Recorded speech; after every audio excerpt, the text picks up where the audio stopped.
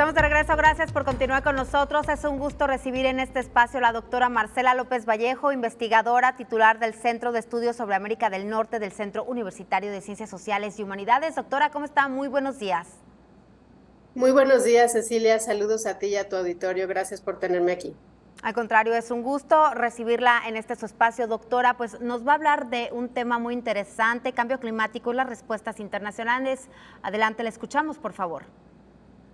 Muchas gracias. Pues quisiera comenzar diciendo que en estos últimos días, este último mes, todos hemos repetido la frase de qué calor, ¿no? Hemos sufrido estos calores, ya llevamos bastante tiempo sin lluvia, especialmente acá en Guadalajara, pero también en otras partes del mundo. Y esto tiene que ver con el cambio climático.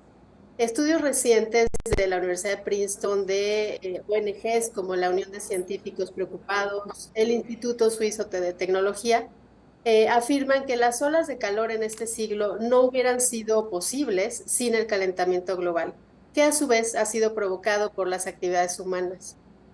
Hacia el 2060, del 2060 en adelante, va a haber zonas y ciudades del mundo que ya no sean habitables por la intensidad de este clima, ¿no? Ahora, ¿cuáles son los otros impactos de tener este clima, este cambio climático? Y todos lo hemos vivido en México, sequías extremas más frecuentes que traen pérdidas agrícolas en México, en todo lo que se denomina el sur global, ¿no? América Latina, Asia, África. Inundaciones, por otro lado, atípicas en China, India, en el Pacífico, en donde algunas islas cada año se ven rebasadas y tienen que mudar la mayor parte de su población a otros estados, golpes de calor en Europa que no se habían visto con innumerables muertes, incendios en Canadá y en Estados Unidos. Justamente ayer se declaró la ciudad de Chicago como una de las ciudades más contaminadas del mundo por el cruce del viento que viene de Canadá por los incendios forestales en ese país, calentamiento del mar y entonces pérdidas del sector pesquero y de turismo, y algo que nos está afectando mucho en México, que es la migración climática, que viene desde Centroamérica, por supuesto, viene con por otras razones, pero gran parte de los motivos es que la gente ha perdido sus formas de vida en el mundo. Ahora, ¿a quién afecta más todo esto? Y generalmente, pues, y es una tristeza que la población más vulnerable, con menos recursos, mujeres, la niñez y adultos mayores, son los más afectados. Y en términos de países, son las islas, los estados insulares y las ciudades costeras. En no muchos años van a tender a inundarse cada época de lluvia. Fíjate, Cecilia, que la ONU y la Organización Mundial de Meteorología tiene un recuento de los últimos 50 años, en donde dice que el clima extremo causó 2 millones de muertes en los últimos 50 años, 12.000 catástrofes, costó $4 billones, una pérdida de 30% del PIB global. Ante esto, ¿cuál ha sido la respuesta internacional en términos de diplomacia y gobernanza? Llevamos 50 años con reuniones, protocolos, acuerdos, el famoso protocolo de Kioto, el Acuerdo de París, los Objetivos de Desarrollo Sostenible. Sin embargo, cada año vemos las curvas de emisiones de efectos de gases de invernadero a la alza.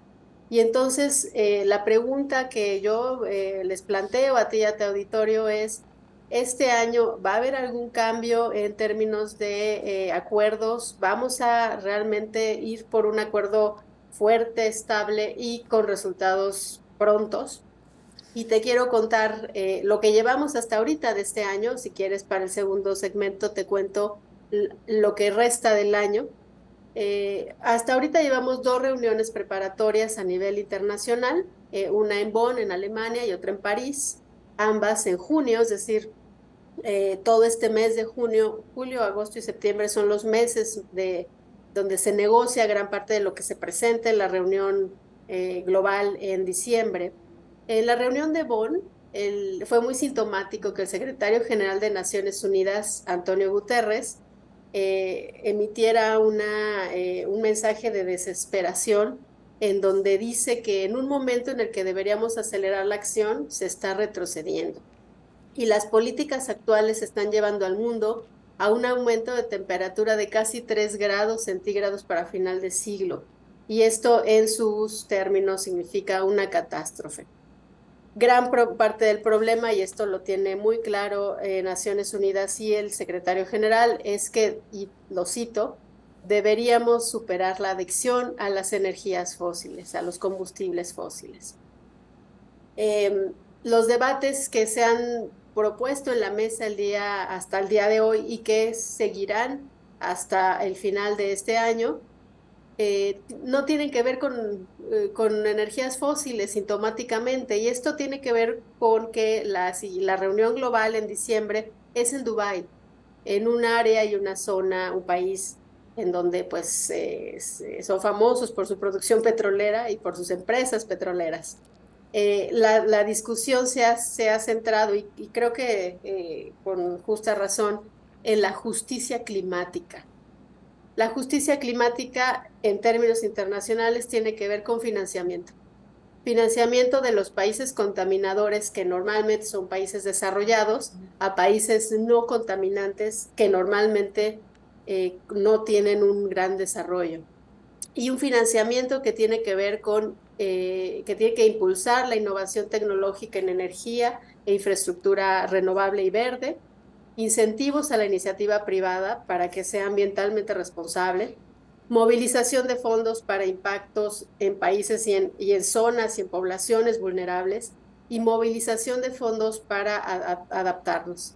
La adaptación es fundamental hoy en día, en tanto muchos países que no han tenido grandes emisiones, no han contaminado, están sufriendo los impactos de la contaminación de otros.